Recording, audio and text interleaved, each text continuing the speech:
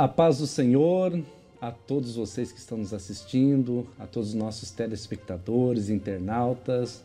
Nós queremos celebrar a Deus por mais uma oportunidade de estar com vocês. Nós estamos iniciando mais uma programação da Escola Bíblica Dominical, comentando as lições da Escola Bíblica Dominical. E a nossa gratidão, primeiramente a Deus e a você, que nos dá essa liberdade de estar no seu lar. E o nosso desejo, nós sempre comentamos, que é com o propósito dessa programação de edificação e uma construção melhor acerca dos assuntos relacionados à Palavra de Deus. Iniciando hoje a nossa programação e a nossa aula, nós estamos começando o terceiro trimestre de 2022 e tem como título da lição Os Ataques contra a Igreja de Cristo.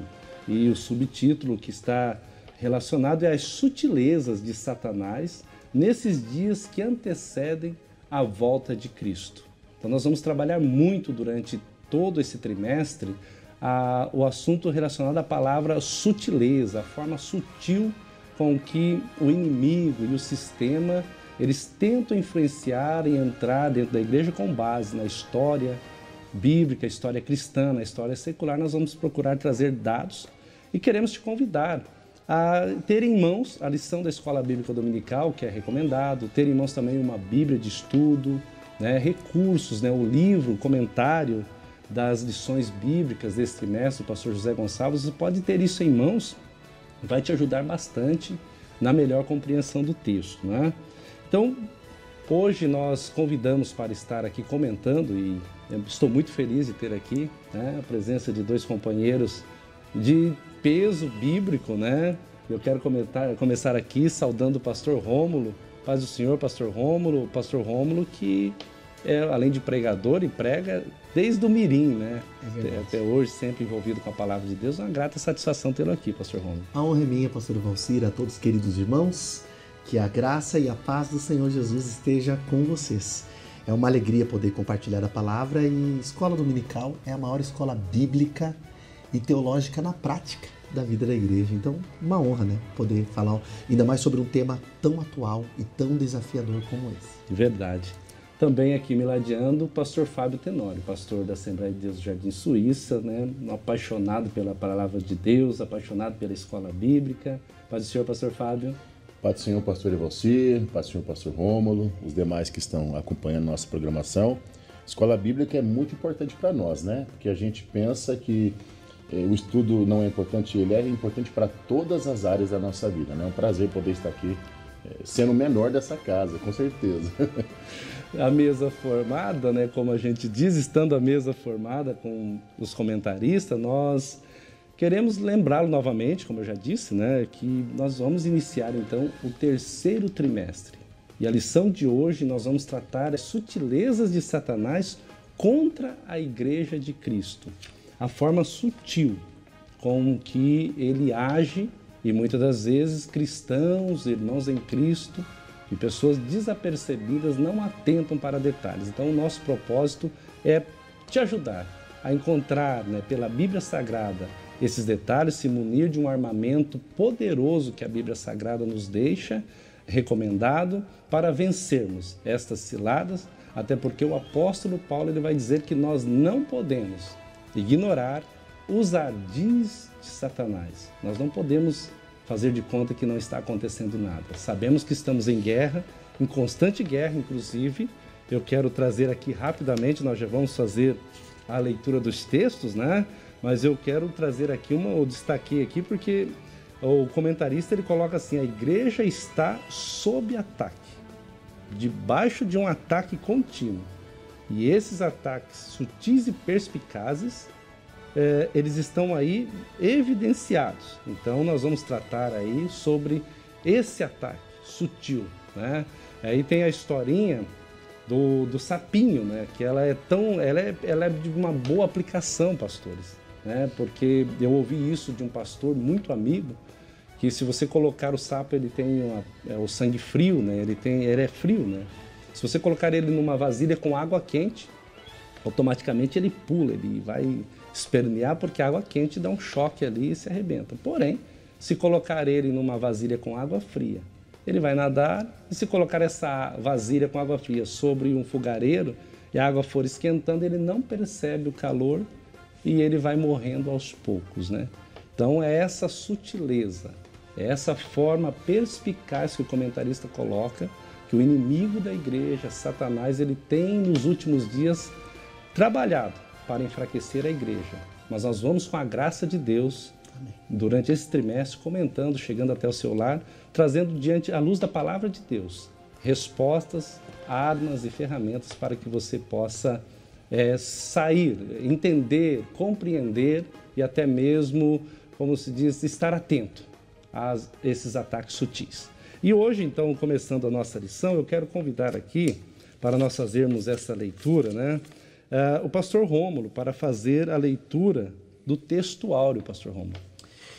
Bom, o texto áureo está na primeira epístola de Paulo a Timóteo, capítulo 4, e o verso de número 1, que diz: mas o Espírito expressamente diz que, nos últimos tempos, apostatarão alguns da fé, dando ouvidos a espíritos enganadores e a doutrinas de demônios.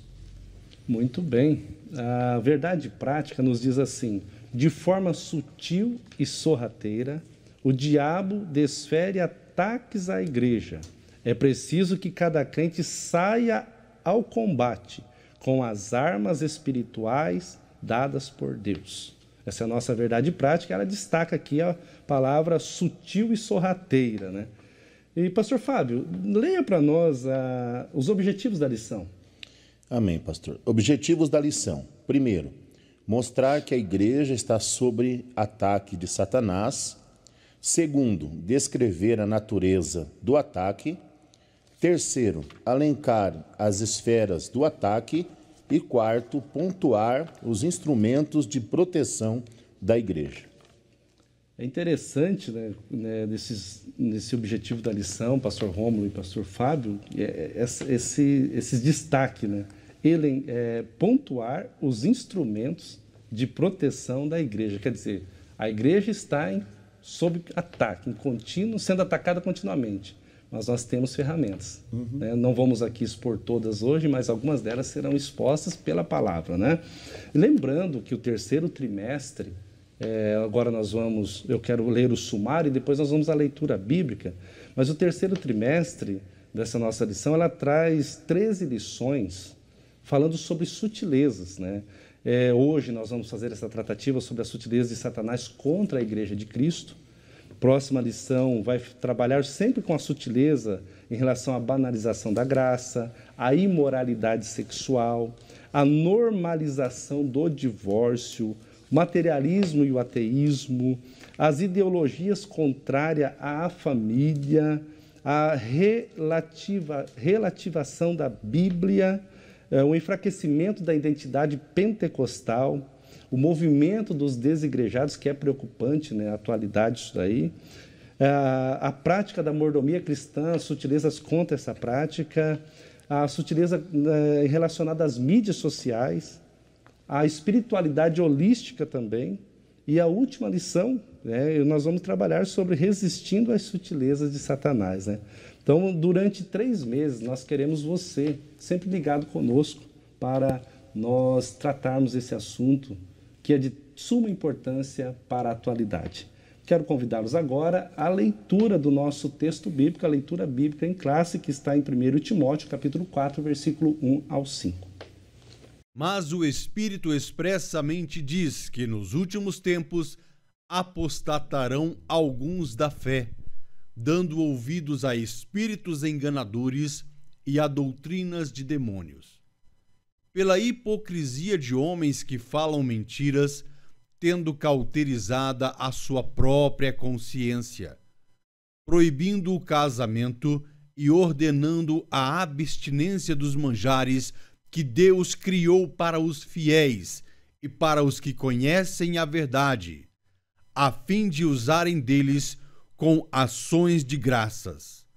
Porque toda criatura de Deus é boa, e não há nada que rejeitar, sendo recebido com ações de graças, porque pela palavra de Deus e pela oração é santificada. Após a leitura bíblica, nós iniciamos então o corpo, né, da nossa lição, trabalhando com essa ideia, pastor Fábio, pastor Rômulo, né, sobre esses ataques sutis, né? E nós vamos trabalhar diversos ataques, vários ataques. E esses ataques eles nem sempre são da mesma forma, né? É de um jeito, é de outro, mas o inimigo estará sempre atacando. E, pastor Rômulo, eu começo perguntando a você, porque essa oposição contra a Igreja de Cristo, ela vem numa crescente nas últimas décadas e principalmente nos últimos tempos agora ela está de uma forma gigantesca, né, e sutil, né? Um exemplo disso é a normalização de comportamentos e práticas que ferem a palavra de Deus, que ferem os princípios cristãos, né? Deus ele nunca deixou, né? O comentarista coloca isso, a igreja desavisada e o seu povo desavisado. E eu lhe pergunto, como Deus alertava na Antiga Aliança, o Antigo Testamento, e como Deus alerta hoje, pastor Rômulo? Bom, em primeiro lugar, a palavra sutileza aqui, como foi dito e está tão presente, é essencial já para iniciar essa aula e toda essa revista. Porque é algo que começa aos poucos e que ele vai se tornando normal, né? Então, os ataques da Igreja de Cristo, eles foram ataques desde muito violentos, como perseguições abertas, até aqueles ataques que foram dentro do próprio povo de Deus. E um dos maiores problemas é quando o povo de Deus, ele perde o propósito, a visão do chamado, e ele começa a se adaptar com a cultura. E em vez de ele ser a referência de Deus para a cultura, né, ele começa a se adaptar à cultura e se tornar um povo comum. Isto é, valores, princípios, os seus ideais começam a não aparecer mais na prática. A igreja, ela representa aquilo que Paulo chama de o Israel de Deus, o povo de Deus que dá continuidade. Já no chamado abraâmico, fica claro que o povo de Deus foi chamado para ser luz aos povos ou às nações. O que significa isso no dia a dia, na prática, né? Significa que através da conduta, dos relacionamentos interpessoais, do casamento, nas negociações, no jeito deles viverem, as nações veriam padrões diferentes. Inclusive nos elementos do culto e num culto exclusivo a Deus, perceberiam que eles são um povo diferente. No Antigo Testamento, no período veterotestamentário, fica claro que esses ataques começavam a aparecer muito quando a cultura pagã e inclusive a idolatria entrava no povo de Deus de forma sorrateira. Às vezes entrava nos casamentos mistos, em alianças que eram feitas com outros povos pedindo proteção deles ou até provisão. E aí entrando essa cultura pagã. E Deus ia avisando. Inicialmente, na época patriarcal, é perceptível que Deus falava com pessoas. Isso se repete no Antigo Testamento. Às vezes com grupos, com sinais, com manifestações divinas, com teofanias. Quando chegamos no período monárquico, Deus usa profundamente profetas e profetisas. E o profetismo, mais do que um movimento social, ele é um meio para o qual Deus faz duas coisas principais. Ele deflagra e anuncia como está o povo, o seu pecado, e chama-os de novo para essa vocação de serem luz, de representarem o que Deus fala para Israel e vai repetir para a igreja, nos chamando para ser luz. Então os profetas dizem, denunciam o pecado deles, dos líderes, inclusive dos líderes religiosos, e chamam ao arrependimento, a uma mudança de vida. Eles são a voz de Deus de forma nítida e clara no Antigo Testamento, fora sinais e manifestações divinas ou pessoais de Deus. Quando entramos no período neotestamentário, no Novo Testamento, então nós temos uma manifestação de Deus através do Espírito, pela igreja, na pregação ou doutrina dos apóstolos, e é muito importante dizer que continua sendo a profecia agora através da pregação da palavra de Deus, do ensino da palavra de Deus, o meio como Deus fala e prepara a sua igreja, tanto para identificar, como será visto aqui na nossa lição, para se proteger ou até mesmo atacar quando necessário. Então, o estreito relacionamento que nós temos com a palavra, e por isso a importância de uma aula da escola dominical, desse material, ele é vital para a saúde da igreja e para ela perceber essas sutilezas. Agora é interessante salientar e ratificar muito aqui, que o contato com a palavra de Deus é algo que precisa ser diário e que não temos que depender só do ambiente cultico e da igreja. Né? Nós temos que ter um contato com a palavra profundamente e diariamente. Tanto que aqui, dentro dos alertas, quando o escritor da revista usa as palavras de Paulo a Timóteo, eles assim, ó, o Espírito expressamente diz. E o termo no grego é claramente, sem sombra de dúvidas. Então a igreja tem um Espírito Santo que fala com ela e fala através das Escrituras. Fala através do ensino, fala através da liderança. É um Espírito que se comunica. Esse Espírito nos faz lembrar das palavras de Jesus e ele nos ensina todas as coisas que precisamos. Nós temos, como disse o apóstolo João na sua epístola, a unção do Espírito, a capacitação para saber a verdade. Então o Espírito que usava os profetas e profetizam no Antigo Testamento continua falando através do ensino da palavra, da igreja, da liderança, da pregação. Deus se comunica. Precisamos estar ouvindo. E talvez deveríamos lembrar de Apocalipse. Quem tem ouvidos, ouça o que o Espírito diz às igrejas. É muito interessante, né? Estar atento. Isso é importante em relação a essa sutileza e também a esse alerta, né? Esse ponto da lição, pastor Fábio e pastor Rômulo, traz também essa ideia da igreja numa reta final, né? Uma reta final, numa reta de chegada, vamos dizer assim, vendo a bandeira quadriculada, vamos usar esse termo, né? Esse ataque sutil, não há razão para surpresa, então Deus avisa, né? E nós já estamos sendo alertados, né? E quando nos referimos a esse assunto, nós estamos falando dos últimos momentos da igreja nesse plano terreno. Agora, pastor Fábio, nós temos uma colocação de Atos, está tendo a lição 2,17, quando Pedro corrobora com Joel, né, a respeito do derramamento do Espírito Santo. E Pedro fala desse mover sobrenatural, desse derramamento do Espírito Santo. Você pode falar para nós um pouco sobre esse mover, esse derramar do Espírito Santo, que é um dos movimentos, é uma das ocorrências evidentes dos fins dos tempos mesmo, né? Pastor, é interessante esse aspecto, porque eu estava aqui bem atento na resposta do pastor Rômulo. Eu fico impressionado ao saber que, primeira coisa, mudou, quem sabe, a forma de Deus comunicar com a gente, mas ele não deixa de comunicar conosco. Uhum. Ele não deixa de avisar, não deixa de alertar, não deixa de estar trazendo orientação para nós. O primeiro ataque de Satanás é para os que estão dentro. Esses dias eu estava comentando com um rapaz, eu já vou entrar aqui na mensagem aqui, onde fala em Atos 2,17. A gente tem visto que Satanás ele tem mudado as estratégias, mas o plano dele é roubar, matar e destruir. Esse é o projeto dele, acabar. Né? Eu sempre brinco com meu filho assim, ele sabe que para ele não tem jeito mais, para ele não tem solução. Quem mais ele puder destruir e levar junto com ele, esse é o projeto dele. Só que a estratégia dele mudou. Ele não está tentando mais tirar os crentes da igreja, ele está tentando matar os crentes dentro da igreja. E a gente não está se atentando com essas sutilezas, e essa palavra é muito importante, com esse jeitinho que ele entra, né? Modismos, modas, costumes, alguns padrões que a gente não tinha uns anos atrás e hoje está sendo implantado dentro da igreja. E se a gente não perceber, a gente acaba se envolvendo. Porque começa devagar, é igual o senhor mencionou a questão da água, né? Tá fria, vai esquentando, você não percebe. Quando você for dar conta, a água está fervendo e não tem como mais você se escapar. Eu achei interessante essa expressão, os últimos tempos, né? Ela faz uma referência a esse período, está escrito aqui, compreendido como a era da igreja. Vamos dizer que seja o momento que nós estamos vivendo agora, né?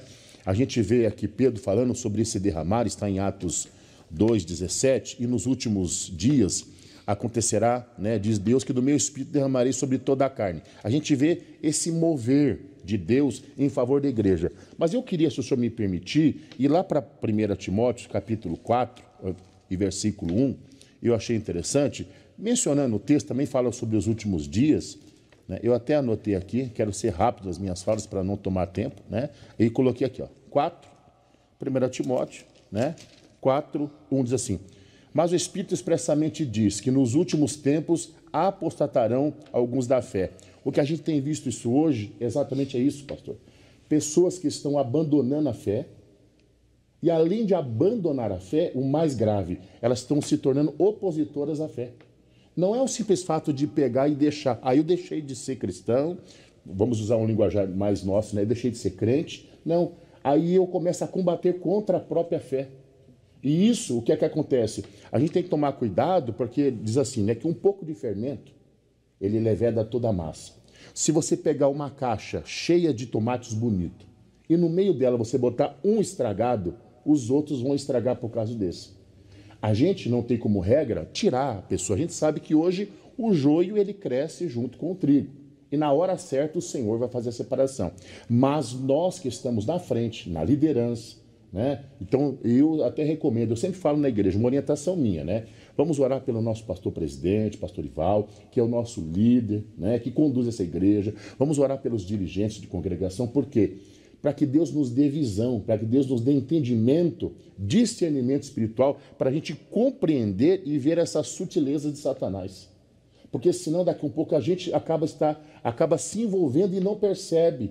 E a palavra mais usada, nossa, mas eu não sabia, eu não fazia ideia.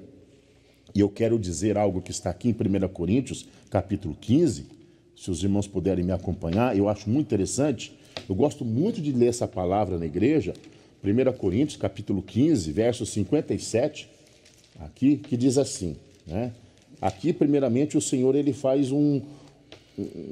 Paulo, ele faz uma descrição interessante, diz assim, ó, 1 Coríntios 15, 57, mas graças a Deus que nos dá a vitória por nosso Senhor Jesus Cristo. Portanto, meus amados irmãos, sedes firmes, constantes, sempre abundante na obra do Senhor, sabendo que o vosso trabalho não é vão. Então, Deus, ele está conosco, cuidando, advertindo, dando visão, mostrando, ele mostra, né? E o verso 13, o versículo 13 e 14 do mesmo capítulo seguinte, que é o 16, ele vai dizer, ó, vigiai, estais firmes na fé. São advertências claras, né? Ó, vigia, fica firme, portai-vos varonilmente e fortalecei-vos. Todas as vossas obras ou coisas sejam feitas com amor. A orientação de Deus é clara para nós, né? Eu até fiz menção aqui de uma leitura que é diária, onde diz assim, ó, Deus adverte pessoas e grupos. Deus adverte pessoalmente e adverte a igreja como um todo. Deus adverte por meio dos seus profetas, né? Ele adverte. Não tem maneira da gente dizer, Deus não fala, Deus não nos orienta. Não, a gente só precisa, como o pastor mencionou, pastor, eu já retorno para o senhor, ter os nossos ouvidos sensíveis à voz do Espírito Santo. Saber discernir quando é Deus falando e quando não é Deus. Porque senão a gente acaba confundindo as vozes, né? E como foi falado na lição passada, vamos aprender a escutar, não somente ouvir, né? Mas escutar a voz de Deus para que a gente possa guardar no nosso coração. Né? Amém. Então, olhando para todo esse cenário, não há razão para surpresas, né? Nós estamos sempre alertas, né? Jesus foi perseguido, né? Os apóstolos foram perseguidos. Os profetas foram mortos. Os nossos irmãos da igreja primitiva foram mortos em arenas, comidos por leões, queimados vivos. Tá? O diabo, como disse muito bem o pastor Fábio, só vai mudando as estratégias. Hoje, dentro da igreja, nós vamos conversar muitas coisas importantes aqui, mas a gente precisa saber que nós não nos encaixamos na sociedade. Quando a igreja está muito encaixada, é perigoso. A igreja prega o evangelho, que é uma contracultura. A mensagem incomoda. A igreja vai incomodar. Jesus falou, vocês vão ser perseguidos. Então, o inimigo é um inimigo, como muito bem disse o pastor, vencido. Já que ele não pode guerrear de igual para igual, ele tenta entrar no nosso meio. Então, é importante as pessoas agora chamarem quem estiver na sua família, que está assistindo conosco aqui, e anotarem, né? Ele é estrategista, né? Vamos juntos pensar como igreja a importância da gente se reunir para pensar juntos, né? Fica até aqui, como é um programa específico para isso, uma sugestão, inclusive para nossos queridos irmãos que dão aula de escola dominical, fica aqui uma sugestão. Chama os alunos aí, escreve aí estratégias que eles percebem que o inimigo está usando, porque tem muita coisa. E a gente pode, como igreja, por esse espírito, vencer. A igreja é vitoriosa em Cristo. Pastor, só a menção de um negócio interessante dentro da fala do pastor Rômulo. Eu queria mencionar algo que Satanás ele tem feito no nosso meio, a gente não percebe.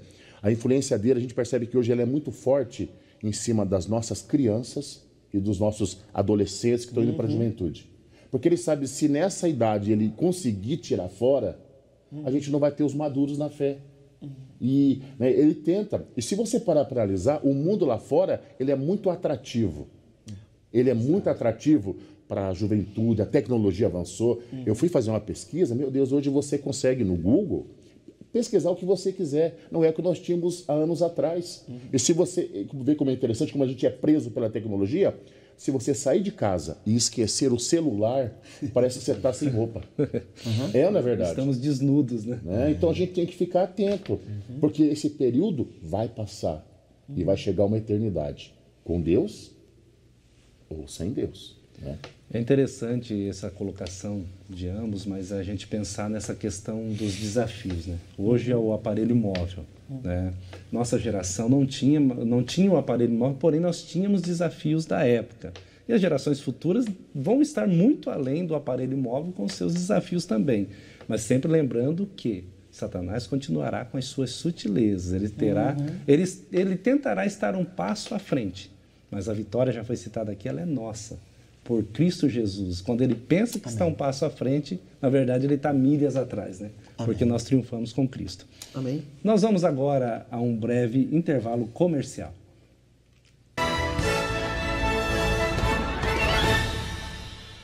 A nossa clínica odontológica Sorridelli tem o prazer de cuidar da saúde bucal dos nossos pacientes, sempre com muito amor, carinho e dedicação, levando em conta a individualidade de cada um. E essa é a razão de nos despertarmos a cada manhã para mais um dia de trabalho, sempre com o compromisso de servir o próximo, devolvendo motivos para um sorriso feliz.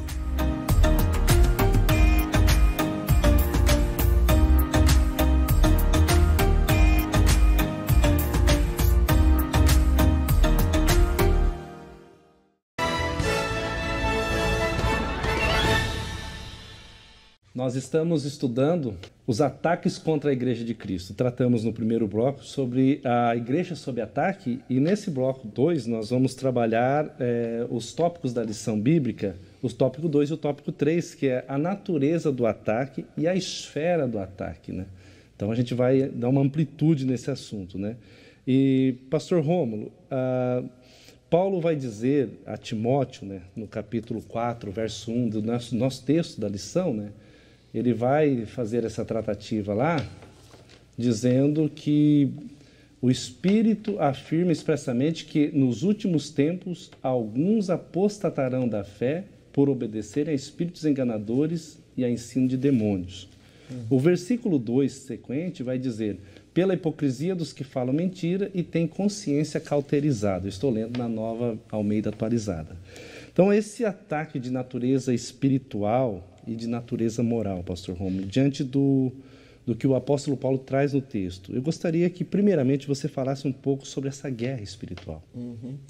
Bom, a gente tem que primeiro pensar, então, no contexto histórico, cultural e teológico dessa carta, né? É interessante lembrar que Paulo tinha passado pela grande cidade de Éfeso, que vai se tornar a cidade motriz, a sede do seu ministério, que era a maior cidade ali da Grécia e da Ásia Menor, né? Uma cidade extremamente conhecida, com uma grande influência sincrética, então adoração a inúmeros deuses, uma movimentação intercultural muito grande. E além dessa mística presente em Éfeso, né, existiam inclusive livros de magia, a adoração a deusas como a própria Diana, Ártemis, né, outros deuses como o deus Baco, o deus do vinho. A vida deles era influenciada por causa do mundo grego ou helenístico, um jeito de ser que é o jeito helenístico, que veio desde 300 anos antes de Cristo com Alexandre o Grande. E entre os principais detalhes importantes para essa lição de hoje está a ideia do neoplatonismo. Platão disse que o mundo material, o físico, ele não se aproveita para nada, ele não tem valor nenhum. A ideia é que existe um mundo do conhecimento que ilumina o ser humano. Que o conhecimento, a gnose, ilumina o ser humano e o torna um homem mais justo, santo e espiritualmente iluminado. E dentro desse pensamento grego e essa influência, o neoplatonismo ele desenvolve a ideia de que o que você fazia com o corpo não servia para nada. Já que a matéria não serve para nada e o que importa é o conhecimento, é o mundo das ideias, o mundo perfeito, né? Então, o que fazia com o corpo, eles não estavam nem aí. Por isso, uma busca desenfreada pelo prazer, que a gente chama de hedonismo, e uma vida bastante promíscua. Existem até as prostitutas e os prostitutos cultuais presentes na sociedade. Então a cultura grega em Éfeso, ela é a cultura do seja feliz, satisfaça-se, faça o que você quer. Seja quem você deseja ser. Aproveita. O importante é aproveitar, é ser feliz. E olha que eu não estou falando de hoje, parece que estamos falando da pós-modernidade. A gente pode até conversar um pouquinho sobre a nossa atualidade agora, o que a pós-modernidade trouxe, qual é essa sutileza hoje na igreja. Mas aqui o problema era que eles viviam pelo prazer, né? Tudo em nome do prazer. E o que acontece é que esse ataque ele entra na igreja de forma espiritual e também moral, uma guerra, porque não somente eles faziam com o corpo e com o corpo do outro o que eles queriam. Então a história vai nos contar, a arqueologia descobriu isso, que eles entravam em praças públicas, nos anfiteatros, nos templos como de Diana, em adoração aos deuses e como um jeito de viver. Eles começavam com promiscuidade e entravam noite adentro. Eles chegavam a beber tanto vinho que saía do controle, e não somente em homenagem ao deus Baco, mas como um jeito de perder a vergonha, e entravam noite adentro, ninguém era dono de ninguém, fazia o que se queria.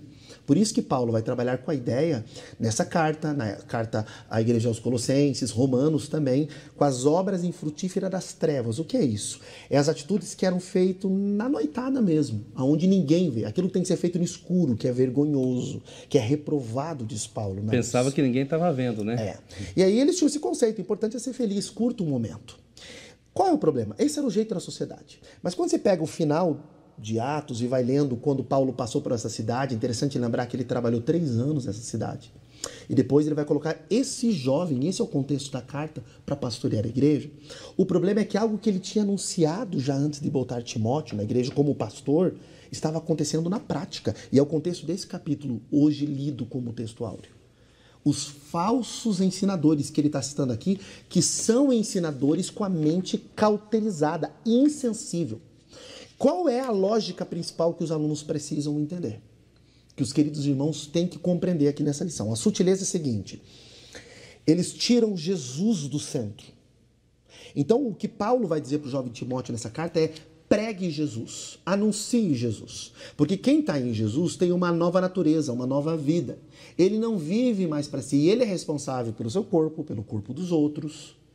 Ele é responsável pelas suas atitudes, porque agora ele morreu para o seu desejo. Essa ideia de ser escravo do desejo de fazer o que se quer era uma ideia da cultura grega, helenística.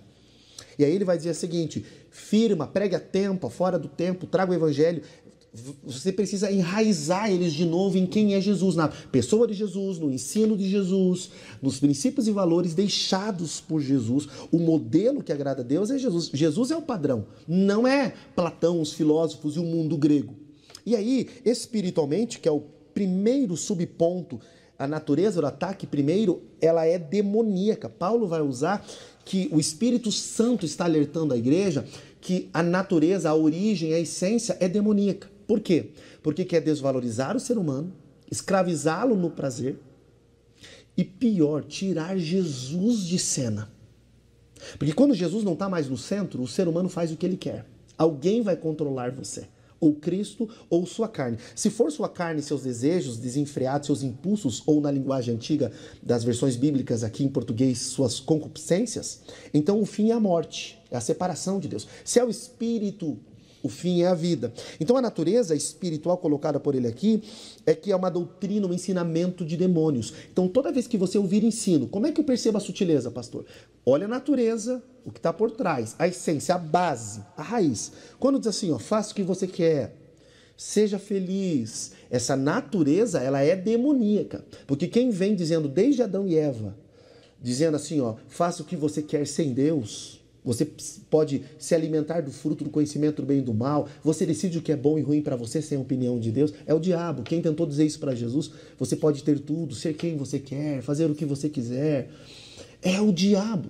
Então essa natureza é fácil de identificar. Quando coloca o homem no centro, ou qualquer outra coisa no centro, que não seja Jesus, pode saber que essa natureza espiritualmente é demoníaca. Mas também é uma questão de um ataque moral. Que aqui o escritor lembra da questão desse comportamento dos líderes, de ter uma mente cauterizada. E a palavra aqui no original grego quer dizer assim, ó, insensível.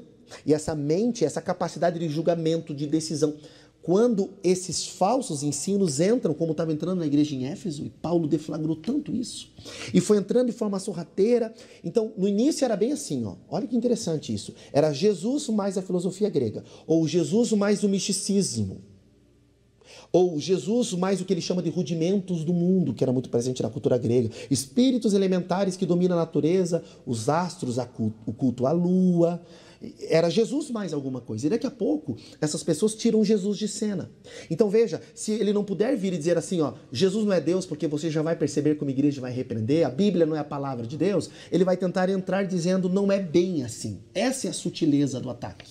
E ela é espiritual, mas ela é moral. E o ensino de mente cauterizada que ele coloca aqui, torna o que ele também explicou no texto, pessoas vão apostatando da fé. Que significa, vão se voltando conscientemente, voluntariamente contra a verdade. E torna-se um jeito de viver. Só que no começo é uma relação sutil, daqui a pouco cauteriza, perde a sensibilidade, o pecado torna-se normal. Jesus não é mais o centro. O ego, o desejo, a vontade, uma sexualidade totalmente deturpada, o orgulho e tantas coisas vão dominando o coração do ser humano. O problema está aqui. Se Jesus não é o centro, você torna ineficaz o sacrifício dele e você vai ser dominado por alguém. Por isso, precisamos relembrar que não é brincadeira isso que vai entrando. O mundo espiritual é real. Você me perguntou da natureza dessa guerra e se ela existe mesmo. Ela é real. E o pastor Fábio vai poder nos falar sobre essa esfera. E como é que a gente vai fazer com tudo isso? A gente vai aprendendo nessa lição. Mas a igreja precisa identificar. Combina com Jesus? Combina com o ensino de Jesus? Deus é glorificado? Jesus é o centro? Eu estou sendo morto com o meu ego ou eu estou sendo colocado? E tem tanta pregação colocando o homem no centro. Tanto hino colocando o homem no centro.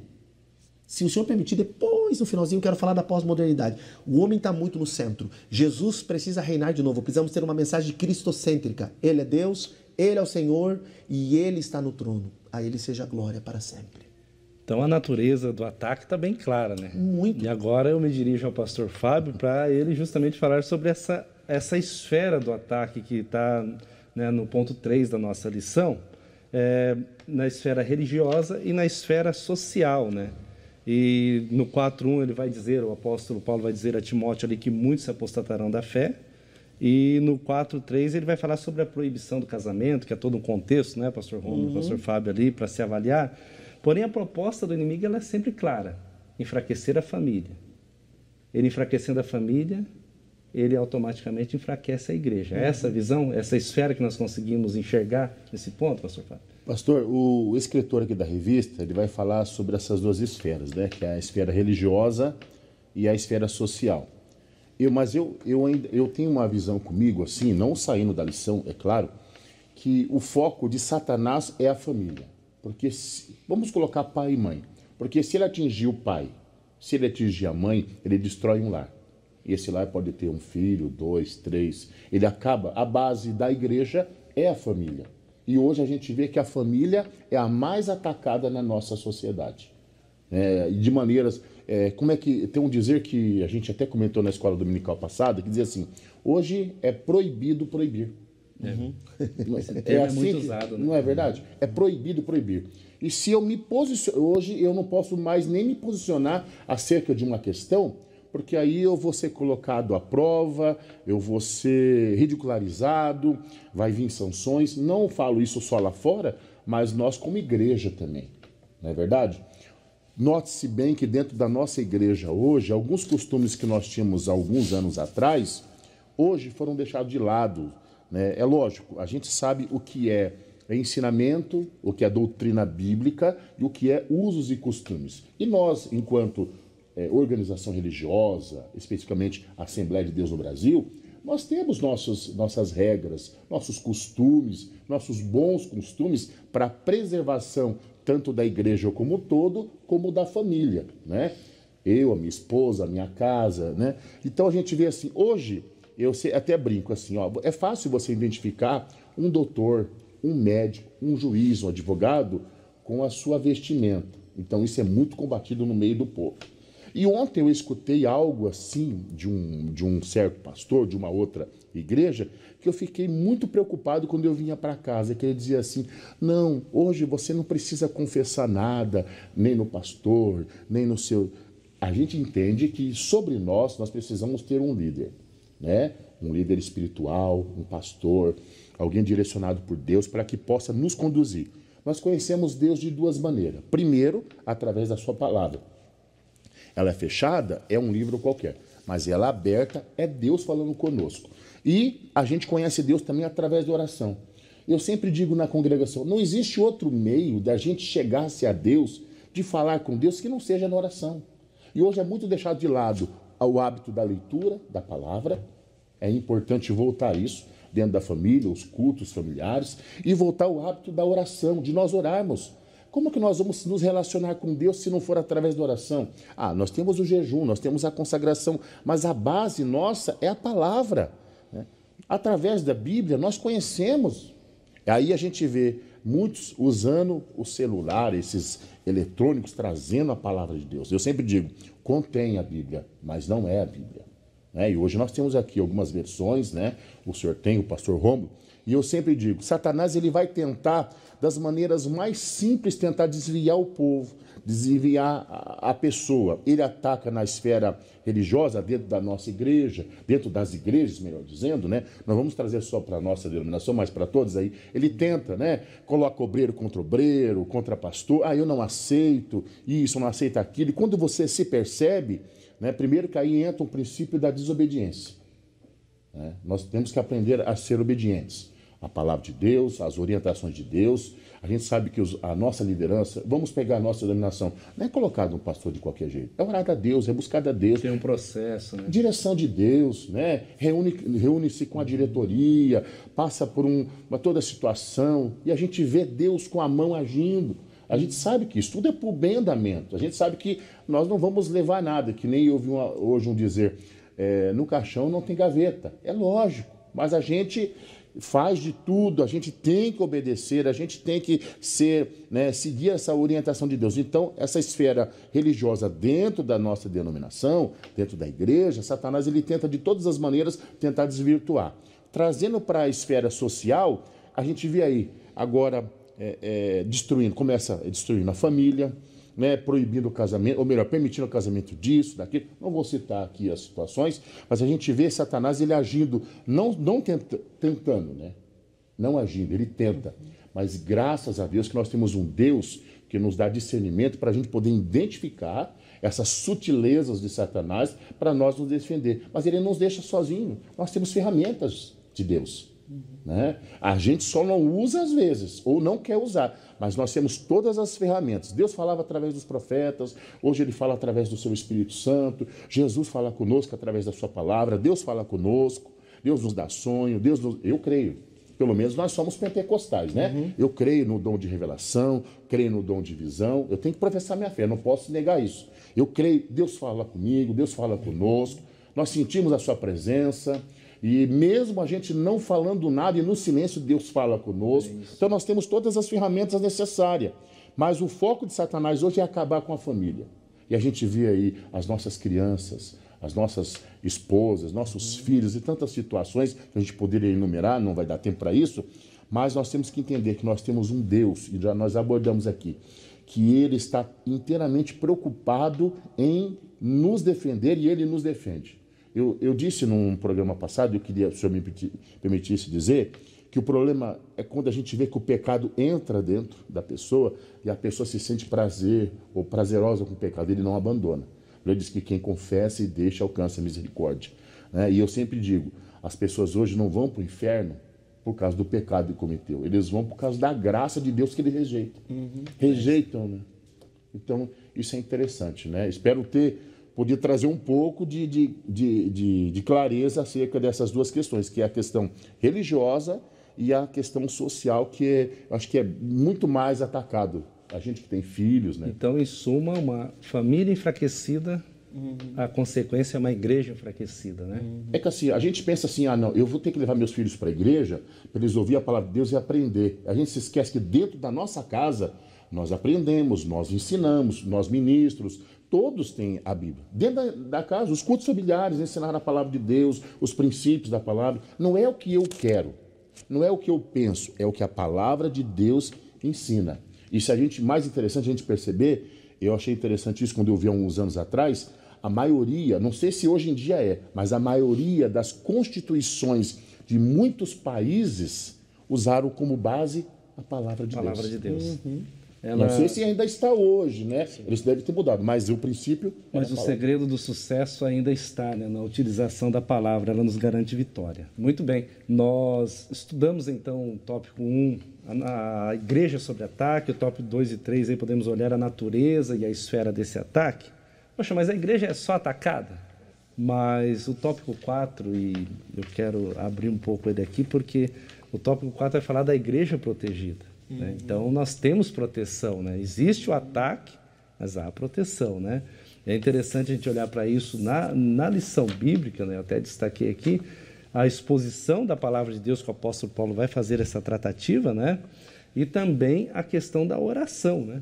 Então, assim, pastor Rômulo, essa questão da exposição, da oração, que são duas armas aqui, existem muitas outras, né? Mas, porém, são duas que estão aqui. Né? Sobre a palavra de Deus, como eu fazer uso dela de forma eficaz? E eu vou deixar a segunda pergunta já emendada. É fácil orar? Como eu devo me autodisciplinar? Né? Porque não é fácil, né? Então eu devo ter uma autodisciplina para isso. Então deixo essas duas perguntas aí para você agora. Eu gostaria de começar olhando para o texto, né? Em 1 Timóteo 4, que é a nossa base, quando diz que eles tinham esses falsos ensinadores, que Paulo já tinha lá no livro de Atos, avisado os presbíteros para cuidar com o falso ensino, né? E eles vão misturando o evangelho, vão diluindo o evangelho com a cultura grega, com o estilo romano, promíscuo de viver, e também alguns cristãos queriam misturar o evangelho com o judaísmo, as práticas cerimoniais, e isso vai entrando na igreja de tal forma, olha o perigo do falso ensino. Se a gente olha o capítulo 4, o versículo de número 3, diz que essas pessoas que tinham a mente cauterizada, esses falsos ensinadores, que são usados por espíritos malignos, citados no versículo 1 e no 2, cuja consciência está morta, eles começaram a proibir o casamento e queriam ensinar o ascetismo, que é a ideia de que eu me torno mais santo, mais justo, espiritualmente mais puro, quando não como certos alimentos, não bebo certas coisas. E essa ideia grega, e também tinha um fundo judaico da purificação por alimentos, ela entra na igreja. Na prática, o que significa? Deixaram de olhar para Jesus. Então, é o ascetismo, e eles chegaram a proibir o casamento. Por quê? Não importava o que você fazia com o corpo. Esse é o jeito grego de viver. Meninos do mundo grego eram inseridos à sexualidade muito cedo. 15, 16, 17 anos por filósofos ou soldados, inclusive romanos. Esse era o contexto. E esses falsos ensinadores, eles chegaram a proibir. E dentro da igreja, daqui a pouco a igreja está proibindo o casamento, certos alimentos para se manter santo. Olha o perigo do falso ensino. Então, a exposição da palavra, que é esse primeiro ponto aqui, é a primeira arma da igreja, porque quando a palavra é ensinada, quando a palavra é pregada e ela é cristocêntrica, o Espírito que fala pela palavra, ele ensina, ele instrui, ele aconselha, ele exorta, edifica, ele consola, e a gente forma uma geração a partir do ensino da palavra de Deus. Tanto que Paulo ensina Timóteo, no meio desses falsos ensinadores que chegaram a proibir, imagine na igreja proibindo o casamento. Será que a coisa inverteu e se perdeu? Será que a cultura entrou na igreja?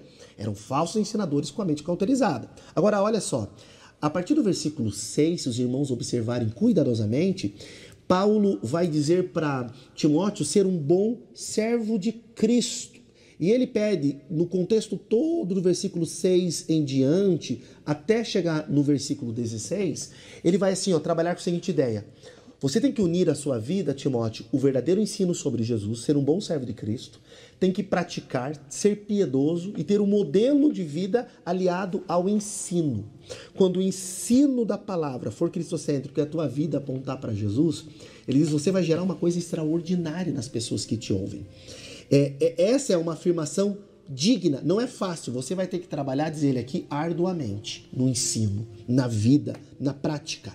Mas se você continuar fazendo isso, insistir nisso, e a sua vida for um exemplo para os fiéis dentro da igreja, eles olharem você, ensinando sobre Jesus, pregando e vivendo e praticando, você vai salvar tanto a você como as pessoas que estão te ouvindo. Você precisa permanecer nisso. E isso vai requerer esforço seu. Então, a exposição da palavra de Deus é porque a palavra é como uma espada, diz Paulo escrevendo à igreja de Éfeso.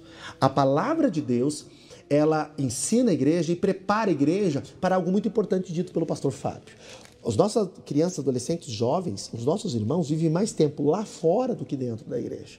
Se eu não trazer a palavra de Deus para dentro do meu lar, para o meu dia a dia, e hoje tem muitos meios, talvez as pessoas estejam perguntando como é que eu trago a palavra. Além do culto doméstico ensinado pelo pastor, olha que incrível, tem áudio sobre a Bíblia, a pessoa pode estar caminhando, fazendo exercício físico, ela pode ir dirigindo o carro, em casa, ouvindo a Bíblia em áudio. Os recursos são inúmeros. Recursos, né? E assim, ó, gente, são tantos hoje. O que não falta é ferramentas, Não falta ferramenta. O importante é trazer a palavra de Deus. A palavra de Deus, irmãos, não é para ser lida só no culto, no final de semana.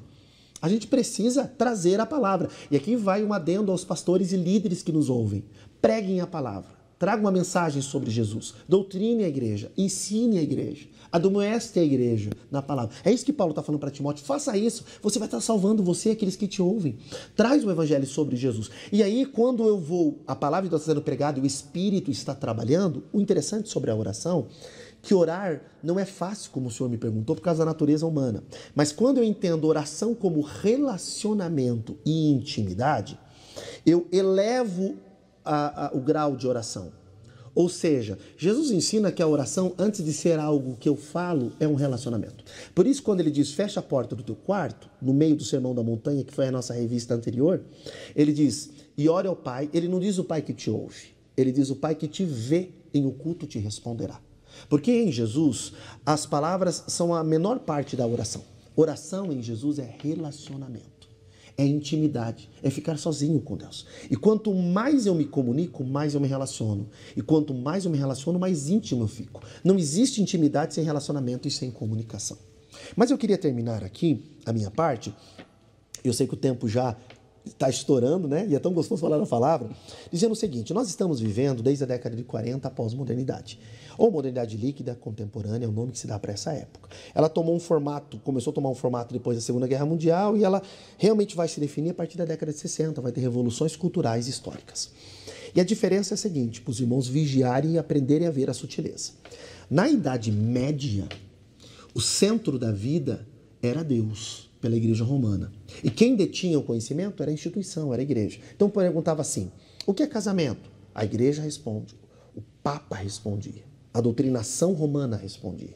Deus era o centro e quem detinha o conhecimento era a instituição, a igreja.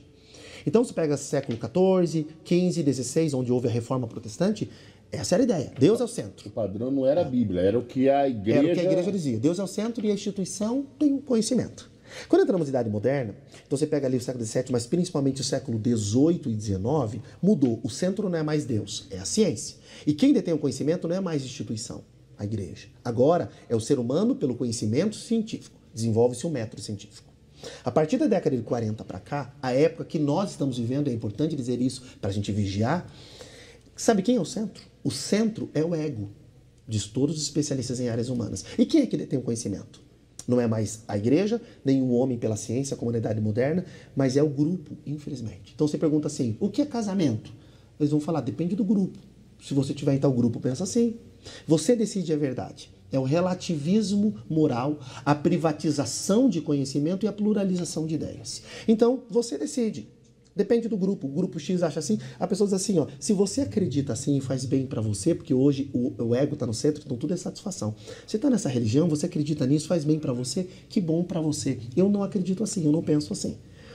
Não faz bem para mim. Então é uma outra ideia. O senhor me fez lembrar de uma coisa, não cortando o senhor, pastor, que a gente estudou alguns anos atrás, é a questão do sincretismo religioso. Essa mistura que está tendo dentro das religiões, né? É o que nós estamos vivendo hoje. Total. E o homem está no centro. Essa é a pós-modernidade. Então, quando a gente ouve pregações, ensinos, hinos, músicas falando assim, ó, você é o centro, você pode... Duas coisas interessantes para dizer da atualidade aqui, que entrou Nós estamos falando de coisas que entraram na igreja, correto? Então a sutileza, porque o nosso tema, qual é hoje o nosso tema? Ó, é a sutileza de Satanás contra a igreja de Cristo. Então sabe qual que ele está usando contra a igreja agora? E dentro, como nós estamos examinando aqui, dentro da igreja, sabe qual? São duas. Uma veio pela teologia da prosperidade que começou na década de 70, nós estamos falando do nosso país, nossa cultura aqui agora. Que diz assim, ó, você pode ter tudo o que você quiser. Esse é o primeiro perigo. O segundo começou do ano de 2010 para cá, é chamado teologia coaching. Alguns acreditam que vai substituir a teologia da prosperidade. Olha a diferença. Teologia da prosperidade, você pode ter tudo o que quiser. Teologia coaching mudou uma palavra só. Você pode ser tudo o que quiser. Ambos são contrários ao evangelho de Jesus. Quando o homem está no centro, o antropocentrismo, o ego no centro, a satisfação, a felicidade, o desejo, então ele faz Deus virar um ídolo e um meio para ele, que é o fim. Nós estamos propondo hoje a exposição da palavra, mas o segundo ponto é a oração. Oração é intimidade, é relacionamento com Deus, é submeter-me à vontade de Deus que a Bíblia ensina qual é. Então, se eu unir essas duas armas, exposição da palavra, Jesus sendo o centro, oração, intimidade, o Espírito que inspirou as Escrituras e que se revela na oração, vai fortalecer a igreja, vai de novo trazer a nossa missão, nossa vocação. Jesus assume o trono e o poder das trevas é vencido. Jesus, Ele é o Senhor da igreja. Precisamos anunciar que Ele é Salvador, Senhor, Rei e Deus e que Ele voltará para trazer a plenitude do seu reinado. Então a igreja está protegida, né? Glória a Jesus por isso. Nosso tempo está praticamente estourando, mas pastor Fábio, a igreja de Cristo, estar consciente que esse ataque é constante, né? Ela precisa, né? Não dá para fechar os olhos, colocar uma venda nos olhos e imaginar que está tudo bem. Não, né? Nós precisamos estar atentos a isso. A igreja precisa estar atenta, certo? Pastor, a gente precisa estar atento e como a gente falou muito, na verdade hoje eu acho que a lição ela veio para trazer bastante sobre as sutilezas do diabo, o que ele usa de ferramentas para tentar atacar. Mas a gente tem que, na contravolta, a gente tem que entender que ao mesmo tempo que Satanás está lutando, Deus também está lutando. Aleluia. Né? É verdade. E uma diferença muito grande, Deus está vencendo. E isso é óbvio. A gente mostrou os pontos negativos, mas agora vamos mostrar os pontos positivos. Primeira coisa que eu queria trazer nessa luta, que a gente fala sobre a sutileza de Satanás, é o que Paulo está dizendo em Efésios, aqui, ó, Efésios 6, versículo 12. Porque não temos que lutar contra a carne e contra o sangue, né? Mas contra os principados, potestades, contra as hostes espirituais da maldade deste século, contra as hostes espirituais da maldade nos lugares celestiais. Então, primeiro ponto, a luta não é entre nós, por mais que pareça que seja. Não é entre nós. Nós temos pessoas. Né? Exatamente, a luta não é entre pessoas, não é contra a carne e o sangue. Mas Deus deixa também no próprio Efésios aqui, a partir do 6, 10, a armadura, as ferramentas que a gente pode usar ao nosso favor. Eu sempre digo que a oração ela não é um monólogo, ela é um diálogo. A gente fala, mas também precisa dar um tempo para Deus falar conosco. E quando a gente aprende isso, é gostoso. Até falei com meu filho, ó, quando você for orar, você ora 5 minutos, 2 você fica em silêncio e fala, Senhor, fala que o teu servo ouve. E Deus fala. Relacionamento. É relacionamento. Isso é interessante. Isso é maravilhoso. Né? A estratégia de Deus vem. Pastor, experiência pessoal, eu já me encontrei em situações que eu não sabia o que fazer. Eu falei, Senhor, fala comigo, eu preciso da tua direção. Mas eu deixo Deus falar. Eu dou tempo para Deus falar. E eu espero Deus falar. Eu não saio desenfreado fazendo. E Deus fala conosco, Deus orienta. A igreja está sendo atacada, sim, muito nesses últimos dias, mas em outro ponto a gente percebe que é um tempo que mais almas estão se salvando. Mais almas estão vindo para o Evangelho. Só que o Evangelho não é o Evangelho que tem que se adaptar ao meu padrão. Sou eu que tenho que me adaptar ao meu padrão. A Bíblia diz que Deus é o mesmo ontem, hoje e eternamente. Ele não muda. A gente vê essa teologia dos coaches e isso é algo que nos atrapalha muito. A teologia da prosperidade. Creio num Deus. Ele tem poder para abençoar, para curar, para fazer. Sim, mas o centro de tudo é a salvação da alma. Isso tudo são consequências de uma vida em Cristo. De uma vida na presença do Senhor. As ferramentas está claro. Você pode abrir em Efésios, capítulo 6, a partir do versículo 10. Nós vamos falar revestivos de toda a armadura de Deus, para que possais estar firmes contra as astutas ciladas do diabo. sutilezas, ele vem, mas Deus está ao nosso lado. Não quero tomar tempo, mas queria nessa minha última fala dizer aos nossos irmãos, amigos que estão acompanhando o nosso programa, que eu tenho certeza que essa lição, pastor, esse trimestre veio para trazer aqui verdades até então esquecidas por nós. Nós vamos aprender a sutileza do diabo, e ele tem agido, sim, ele não dorme, ele não cochila, né? Mas Deus também está vigilante. O Senhor está sobre tudo. Eu sempre digo, Deus não olha para cima porque acima dele não existe nada. Ele está no mais alto e ele trabalha. Ele é perfeito. Né? Nós nunca ouvimos falar de um Deus tão grande que trabalha por aqueles que nele esperam. Se nós estamos em Deus, confiamos em Deus, Deus trabalha por nós. Discernimento, visão, estratégia Deus nos dá, e é maravilhoso ver o agir de Deus, né? Isso é maravilhoso. Não dormita o guarda de Israel. Não dormita. Nosso Deus está vigilante o tempo todo. Muito bem, nós encerramos aqui, então, esses comentários da primeira lição. Agradecidos, né, a você que permitiu, né, nos permite, melhor dizendo, estar no seu lar ou no seu aparelho móvel, nos assistindo e aprendendo a palavra de Deus. Gratidão ao pastor Rômulo. Gratidão, pastor Fábio. É um prazer tê-los aqui. Gente, eu fico pequeno diante desses dois homens aqui de tamanho conhecimento. Louvamos a Jesus pela superintendência de ensino, louvamos a Jesus pela vida do nosso pastor presidente, pastor Ival, que é um apoiador nato, louvamos a Jesus pela diretoria e por você, que faz com que esse programa seja um sucesso. Então, compartilhe, abençoe, ore por nós. Nós vamos agora a uma palavra de oração, agradecendo a Deus pela sua vida. Vamos orar? Pai, em nome de Jesus, aleluia, nós te agradecemos este momento, pela oportunidade tão rica que o Senhor nos concedeu de estarmos aqui, Pai, para aprendermos a Tua palavra através da vida do pastor Rômulo, através da vida do pastor Fábio. Senhor, nós te louvamos, Senhor, por esses comentários tão ricos e esperamos, Senhor, que ele alcance os professores, alcance alunos, mas alcance também pessoas que estão precisando de respostas à luz da palavra de Deus. Oramos pela TV Mão Amiga, oramos, meu Pai, também pela nossa coordenação geral. Oramos, Pai, agradecidos por tudo, em nome de Jesus. Nós convidamos você a continuar conosco na TV Mão Amiga. Próxima semana estaremos tratando da segunda lição. Deus te abençoe e lembre-se, em todo momento, a Bíblia é a resposta. Deus te abençoe em nome de Jesus.